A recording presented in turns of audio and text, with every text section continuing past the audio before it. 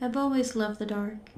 It feels warm and welcoming, like a mask, hiding all the stress and emotion that the daylight shows so explicitly and replacing them with the sensuous feeling. The dark reveals your true nature and abolishes the facade you play during the daytime. Yes, the dark is good. You can be yourself in the dark and not feel judged or threatened all the while by being yourself. That's why I love the night so much. You can just relax in the blackness, surrounded by nothing but shadow, allowing the dark to overcome your senses and numb them down until you feel nothing at all but complete weightlessness. Then, when sleep finally takes control, you are thrusted into even deeper darkness, infinite darkness, just black empty space. An endless void your mind creates to help you drift off into unconsciousness. But why? Why is it always black? Have you ever thought about that? Whenever we close our eyes, we are met with black. But why? You don't notice it, do you? You don't think about it. It's just there. Like breathing, blinking. After a while, your subconscious just accepts that when we close our eyes, we see darkness. Empty darkness. Why is it then that people are scared of the dark? An average human being for 29,961 hours of their lifetime, for 1/3 of their life, they will live in darkness. Complete and utter darkness. If we really were scared of the dark, why do we have the ability to close our eyes and sleep for so long in the black oblivion? You see, I think no one is truly afraid of the dark. That's just an illusion.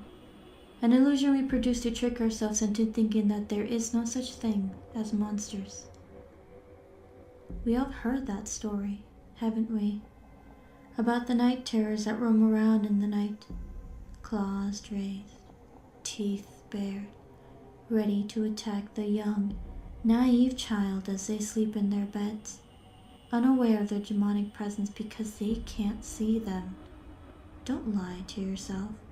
You were like that once, sitting awake, clutching at the sheets as you stare at your ceiling or glancing around your room. Perhaps you had a nightlight, a holy crucifix of sorts that were used to ward off the monsters, to protect you. Well, I think, as you grow up, you begin to tell yourself that in all your childlike innocence, you were never scared of the evil that lurked in the shadows. You were simply afraid of the dark. That's what you believe. As you grow up, you tend to grow out of this fear and relish in the dark like I do. But this fear can remain with you in adulthood. In fact, it's one of the most common phobias, Nyctophobia. Even as a fully matured adult, you still fear the emptiness. Or do you?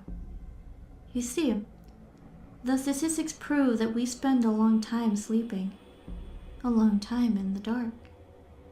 We never seem to mind, even if we are terribly scared of that darkness. But why? I think your subconscious is telling you that they are still there.